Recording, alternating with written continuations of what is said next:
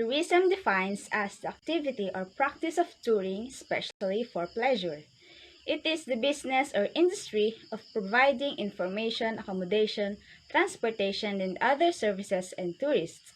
It is also the promotion of tourist travel, especially for commercial purposes. Tourism has a big contribution to develop and grow our country. We all know that Boracay is the most popular tourist spot here in the Philippines. Due to its beauty of nature, tourists from various places and countries are also encouraged to visit this place. Some people who visit Boracay mostly didn't know how to properly dispose their garbage. Increasing tourists who visit Boracay also means of increasing the amount of trash. In that case, the beauty of Boracay itself have neglected. That's why it needs to make an action which is its closure to reduce the leakage of sewage and garbages caused by the tourists.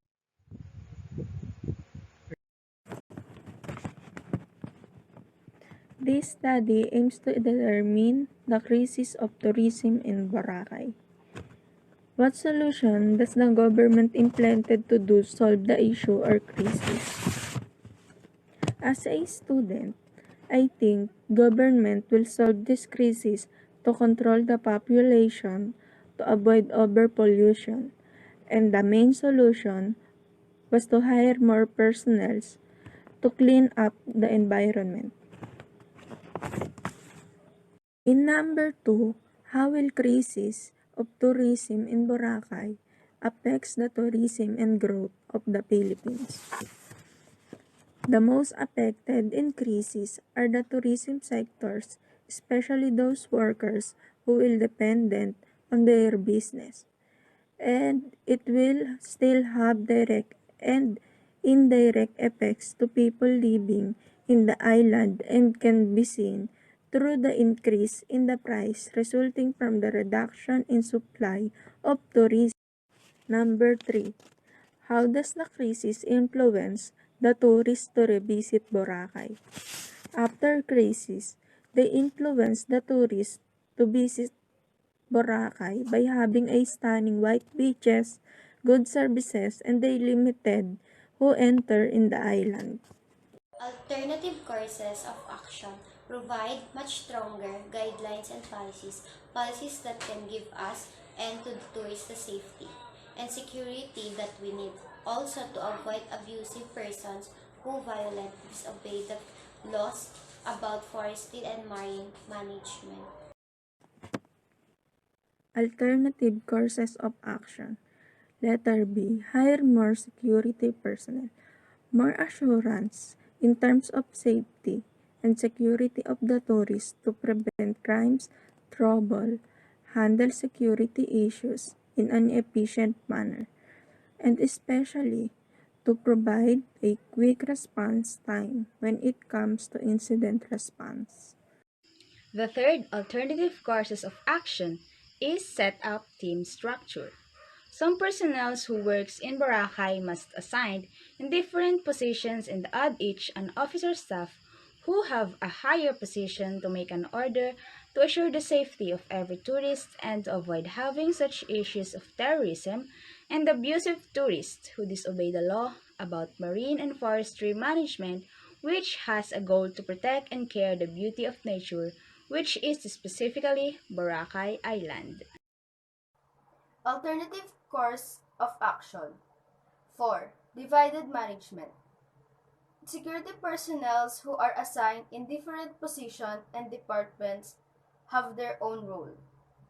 Other has its role to make an order in terms of safety or security restriction. Department Training Program. Staffs in tourism and security personnel must learn and train to know the appropriate and much strict guidelines for them to be more secured and ready when such incident occurred. Recommendation. This study shows the tourism cases of Boracay Island. It says that the government should pay attention to these tourism cases that Boracay is experiencing because it is not a joke and many innocent people are affected by it. Every tourist spot should have enough guards and be strict in continuing with tourist spots to prevent the presence of terrorists and abusive persons. Here, flight attendants, pilots, resort staffs, janitors, and other works in Boracay. And airport should be given protection. And not only at the airport but also those who works and take care of the tourist spots visited by tourists. A well-trained guards and personnel in Boracay should be assigned in concrete place and that a large number of tourists that occur tourism stops should also be taught to be prepared what to do when there are terrorist, other undisciplined tourist issues. Figure number 1. The table shows the existing roles of private and public sectors. Sector number 1.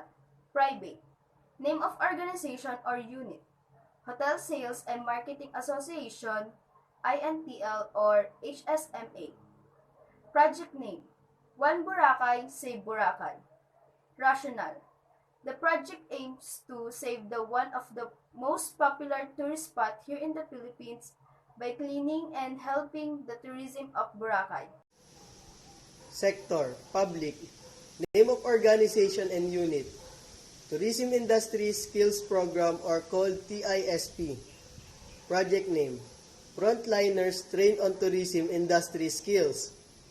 Rationally, the mission of TISP is to equip such tourism workers to welcome more visitors with knowledge and skill to handle tourists from various countries.